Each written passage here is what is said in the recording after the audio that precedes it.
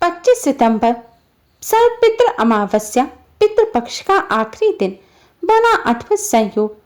घर में यहाँ जला दे एक दीपक, पितृदोष बदल जाएगा पितृ आशीर्वाद में, मिलेगी सभी कष्टों और संकटों से मुक्ति। ओम गणेशाय महागणेशाय नमः। राधे राधे दोस्तों, कैसे हैं आप सब। दोस्तों, अश्विन मास की अमावस्या को सर्वपितृ अमावस्या के नाम से जाना जाता है। अश्विन अमावस्या पितृपक्ष का आखिरी दिन होता है। कहते हैं कि सर्वपितृ अमावस्या की रात्रि को पितृ वापस पितृलोक को चले जाते हैं, इसलिए यह पितृदोष से मुक्ति पाने और पितरों की कृपा प्राप्त करने के लिए भी आखिरी दिन माना जाता है। अश्विन अमावस्या के दिन पितरों के लिए श्राद्ध, पिंडदान, तर्पण, ब्राह्मण भोज आदि करना श्रेष्ठ होता है। इससे पितृदोष दूर होते हैं, परिवार में सुख शांति रहती है। इस दिन पवित्र नदी में स्नान कर दान करने से पुण्य की प्राप्ति होती है। इस दिन गरीब या जरूरतमंद व्यक्ति को भी दान अवश्य ही देना चाहिए। यह दान पितरों के नाम से देना चाहिए। ऐसा करने से पितृ प्रसन्न हो अपना आशीर्वाद देते हैं। इस दिन पितरों के नाम से पेड़ पौधे लगवाने से भी पुण्य प्राप्त होता है। पितृपक्ष की अमावस्या पर उन सभी पितरों का श्राद्ध किया जा सकता है जिनकी निधन तिथि मालूम ना हो, या श्राद्ध पक्ष में अगर आप पितरों का श्राद्ध उनकी निधन तिथि पे ना कर पाए हो, उनका श्राद्ध भी इस अमावस्या पर किया जा सकता है। सर्वपितृ अमावस्या पर सभी पितरों का श्राद्ध एक साथ किया जाता है, इसलिए इसे सर्वपितृ अमावस्या कहा जाता है। ब्रह्मवैवर्त पुराण के अनुसार देवताओं को प्रसन्न करने से पहले मनुष्य को अपने पितरों यानी कि पूर्वजों को प्रसन्न करना चाहिए। पितृपक्ष की अमावस्या पर पितृ वापस पितृलोक को चले जाते हैं, इसलिए यह पितरों की कृपा प्राप्त करने का आखिरी दिन होता है। और इस बार सर्वपितृ अमावस्या पर कई दिव्य दुर्लभ संयोग एक साथ बन रहे हैं, जिससे इस बार की अमावस्या का महत्व कई गुना अधिक बढ़ गया है। दोस्तों, आज की इस वीडियो में हम आपको सर्वपितृ अमावस्या पर करने वाला एक बहुत ही आसान और असरकारक उपाय बताने जा रहे हैं। इस उपाय को करने से भगवान विष्णु, मां लक्ष्मी जी की असीम कृपा प्राप्त होती है, साथ ही पितरों का भी आशीर्वाद मिलता है। पितृदोष पितृ आशीर्वाद में बदल जाता है, सारे बिगड़े कार्य भी बनने लग जाते हैं। पितरों के आशीर्वाद से घर में सुख समृद्धि आती है, खुशहाली और शांति बनी रहती है। इसके साथ ही परिवार के सभी सदस्यों को हर क्षेत्र में सफलता प्राप्त होती है और जीवन के सभी कष्टों और दोषों से मुक्ति मिलती है। यह उपाय आपको संध्या काल या रात्रि के समय करना है। इस उपाय को सुबह या दोपहर के समय ना करें। उपाय करने के लिए अच्छी तरह से मुंह हाथ पैर धोकर साफ हो जाएं और स्वच्छ वस्त्र धारण करें। इसके बाद एक दिया तैयार करें। दिए में एक रुई की बाती लगाएं और शुद्ध घी भरें। शुद्ध घी ना हो तो इस दिए में आप सरसों का तेल भरें और इस दिए में थोड़े से काले तिल डाल दें। इस उपाय को करने के लिए आप मिट्टी का, पीतल का या आटे का कैसा भी दिया ले सकते हैं। अगर आप आटे का दिया ले रहे हैं तो ध्यान रखें आटा साफ मड़ा होना चाहिए और आटे में नमक भी नहीं होना चाहिए। दिया बनाने के बाद अब आप अपने घर के सबसे दक्षिण कोने को साफ करें।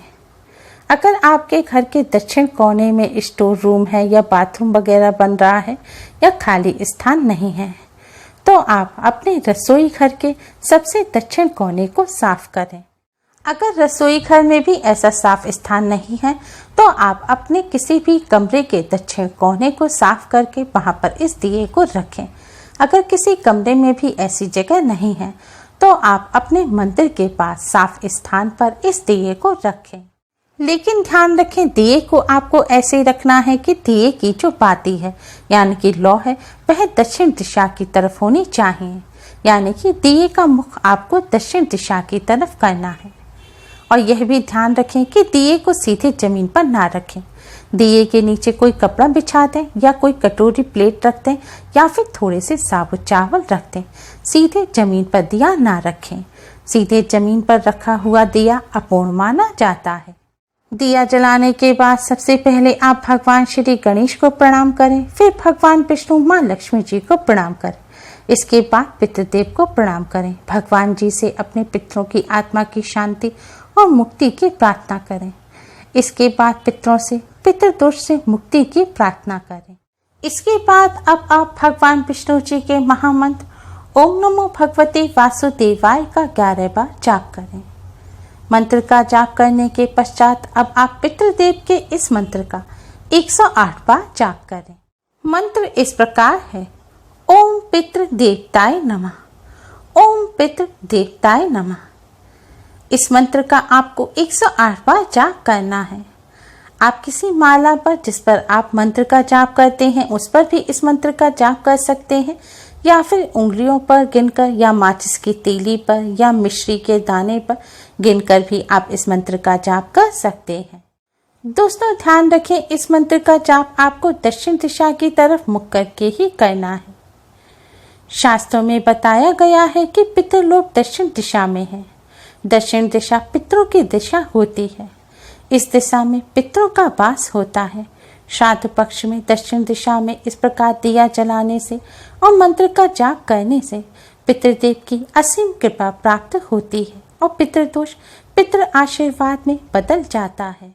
मंत्र का जाप करने के बाद आप अपने पितरों को, अपने पूर्वजों को प्रणाम करें और सभी कष्ट, दुख, दरिद्रता को दूर करने की प्रार्थना करें। दोस्तों इस उपाय को करते समय कुछ बातों का विशेष ध्यान रखें। इस उपाय को करते समय स्वच्छता और पवित्रता का विशेष ध्यान रखें। महिलाएं पीरियड के दौरान इस उपाय को ना करें। इस उपाय को जरूरी नहीं है परिवार का कोई एक सदस्य ही रोजाना करे। इसे परिवार में कोई भी कर सकता है और यह भी जरूरी नहीं है कि घर के पुरुष या लड़के ही इस उपाय को करें। इस उपाय को घर की बेटियां, बहुएं भी कर सकती हैं। इसके साथ साथ इस बात का विशेष ध्यान रखें कि पितृपक्ष में आप किसी भी प्रकार की तामसिक चीजों का सेवन ना करें। पितृपक्ष में प्याज, लहसुन, मीठ, अंडा, तंबाकू, सिगरेट, शराब इत्यादि चीजों का भूलकर भी सेवन ना करें और यह दिया आप अपने घर पर ही जलाएं। अगर आप किसी और के घर गए हुए हैं तो किसी और के घर में आप इस दिए को अपने पितरों के नाम से ना जलाएं। यह उपाय आपको अपने घर पर ही करना है। पितृपक्ष के दौरान कोई भी शुभ कार्य नहीं करना चाहिए। इस दौरान कोई वाहन या नया सामान ना खरीदें। रोजाना की जरूरत के अलावा कोई भी नया सामान पितृपक्ष में नहीं खरीदना चाहिए।